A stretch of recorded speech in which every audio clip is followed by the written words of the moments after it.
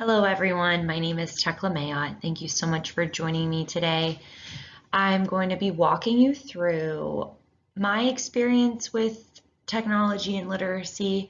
I've decided to go ahead and start off from with the year I was born because technology in the 90s took a huge leap from where it had been.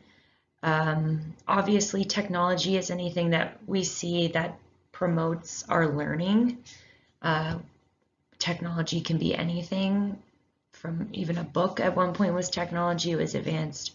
So what I really felt like in the 90s, even though I was only a child, there was a definite boom looking back of computers being more accessible. So it wasn't as much that the technology was new, it's just that more and more people were able to access those things.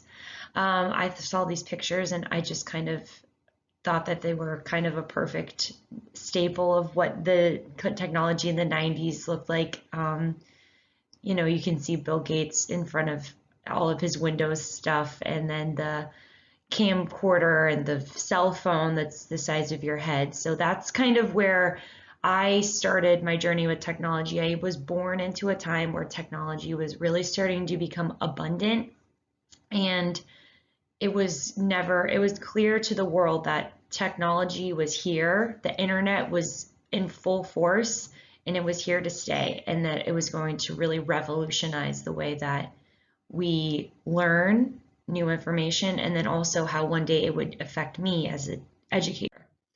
So obviously, my journey began as a dealing with technology in the classroom in pre-K and in kindergarten. So I kind of went through and I found a bunch of pictures that I thought were really kind of representative of what it was like to go to school in such a time where technology was still emerging. So I think what I really reflecting on my experience as a child, being in school with technology being as abundant as it was, there was a lot of room still though where things were really hands-on. We played with blocks. I didn't, our school, the elementary school I went to, did get a computer lab, but we didn't use the computer lab until maybe first or second grade. And even then, and I even got a picture of the exact max we had in the computer lab. We used mostly like typing programs. Oregon Trail was really big.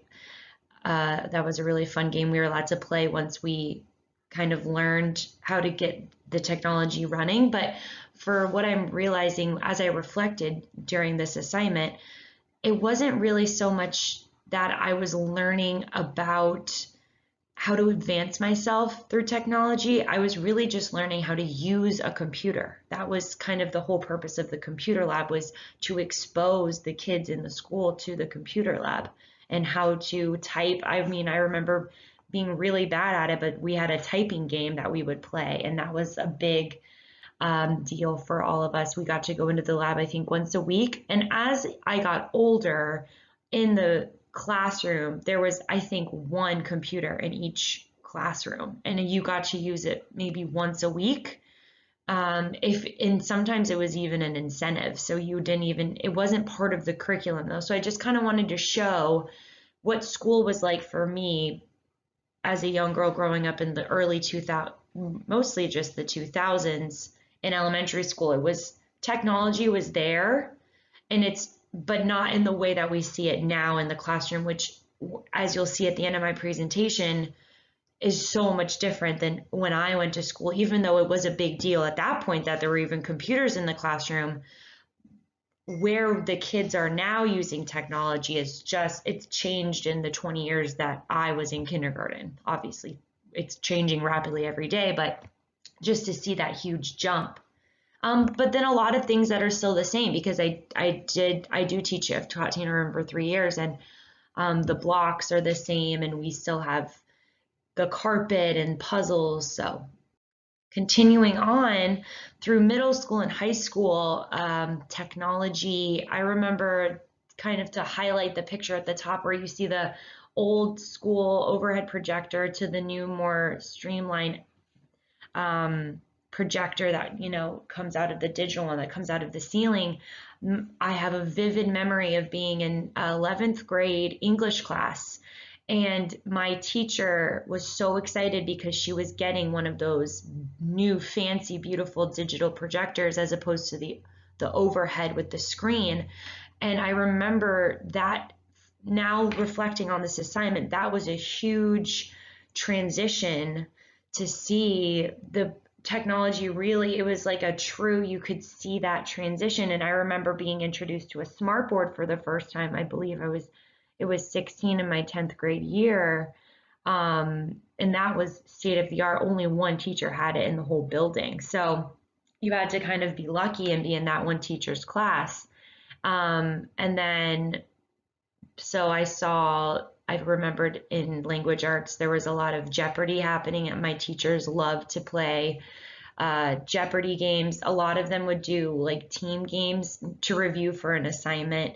So always keeping it fun and engaging. I always remember technology, computers, such being used to promote literacy in a fun, exciting way. So we weren't doing the same old, same old. I have a picture of a boy giving a presentation at the bottom left-hand corner of your screen, because that was something that was expected of us near the end, my senior year of high school. I remember there was a big end of the year project for one of my classes, and it was expected that at the time it was a bigger deal, but I had to make a PowerPoint and I had to present to the class and practice all of my, public speaking with the presentation happening behind. So I remember that being a big challenge for me in my senior year, not. So it's really shows that the technology moved from just being able to use a computer, like on the last slide, when I was just being exposed to it in a computer lab, to in middle school and high school, really being forced to use the technology as a tool to learn more and to grow more as a student. In college, I remember there was a big deal because I got my very first laptop. It was I didn't, technically you don't need a laptop, but when you look at what the work was expected of a college kid, it was impossible almost not to have your own, I felt. So my parents graciously helped me to purchase my first laptop. And that was, I remember feeling like at the time it was almost my transition into adulthood. So like I had my very own, I had never held something so nice in my life. And I remember thinking, this is now, it's not just, back to where it began in the kindergarten slide of me just learning how to use the tool. Now this is me propelling myself forward. So in college, I'm obviously an educator. So my undergraduate degree was elementary ed. And that the technology we use in the classroom was used to better my students now at this point. So it's not just me bettering myself, it's me using tools and resources to better my students. So my teaching begins, and here's just kind of a quick display. I wanted to kind of show how kindergarten has stayed the same and then how it's changed over the years. So on the right hand of the screen, you can see pictures of puzzles and a wooden play set, Legos and crayons, because those are still aspects of kindergarten that we still focus on. The kids are still playing in a kitchen center, and dramatic play is a big part of our literacy in our classroom. Learning how to, you can't replace a book when you're learning how to read. You can't replace dramatic play when you're learning how to reenact a story. So in kindergarten, those tools are still just as important. And then I kind of wanted to show you on the left side some of the new advancements that there are in technology in the classroom. For example, iStation is a new program we use in Pinellas County.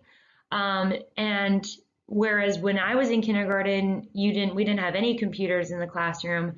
Now I have 5 computers in the classroom, and children are required to get on those weekly, if not daily, depending on the needs of the student. So if the student has a higher need, they're on the computer more because they're playing more minutes on this program, and they're getting extra intervention from me. But up to 30 to 40 minutes on the computer a week is required for a student.